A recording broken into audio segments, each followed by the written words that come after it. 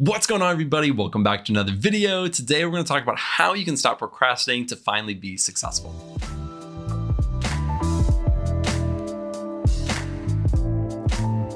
Now, this is not the kind of video that I usually make. I usually keep it pretty data focused, but this one has been requested so many times by so many people, I decided that I was just going to make it. And usually it comes from somebody who reaches out and basically says that they've been trying to become a data analyst for a year or two, but they keep pushing it off for whatever reason. And they're wondering what they can do to stop procrastinating and stop pushing it off and finally do it. We're going to go through my top 3 things that you can do to stop procrastinating. And if you stop procrastinating, you start doing these things and implementing these things, they will absolutely help you be more successful. It is really hard to start doing things and get on track and then not be more successful than you are right now. Usually that is a pretty good recipe for success. So let's jump right into it with number 1, which is you need to get rid of distractions. Now, if I'm being honest, this is probably the most difficult one for me out of the 3 that we're talking about today, because I would say that I was somewhat addicted to video games and Netflix or just watching videos and TV. I would spend most of my free time, if not all of my free time, doing that. And so I did what most gamers would shed a tear for, and I got rid of my Xbox completely with all the controllers and all the games. And I logged out of my Netflix account where I could log back in, but I didn't. And I basically went cold turkey from all of those things. And it was extremely tough. But that for me was one of the biggest things because I spent all of my time doing that. And I didn't spend any of my time, investing in my future or my career. I just was spending time in the moment doing those things.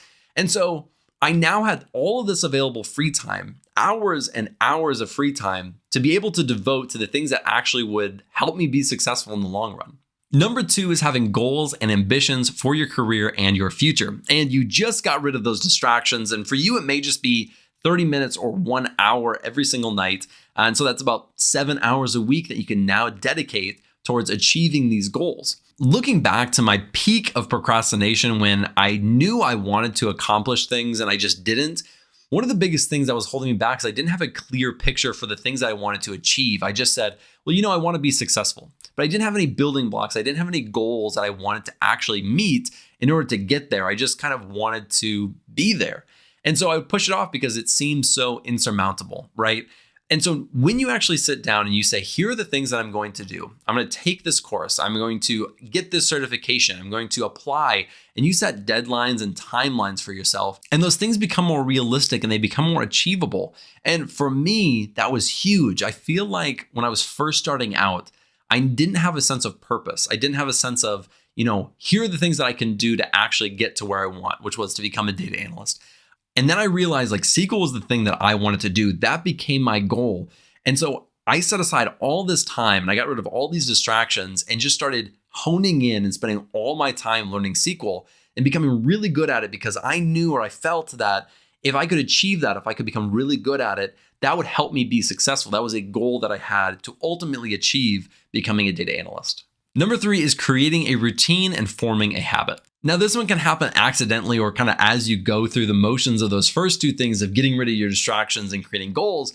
Because once you start achieving those goals and really pursuing it and not giving up, you're going to create habits and you're going to form those routines, but you can also be extremely intentional about it. And I'm the kind of person who likes to create habits intentionally. And so every single night for the past 5 years, I have spent probably 2 to 3 hours either studying or creating YouTube videos. That's just what I've done. And I have stuck to it almost religiously because I have goals and things that I wanted to achieve, whether I was first becoming a data analyst or now as a manager and having a YouTube channel.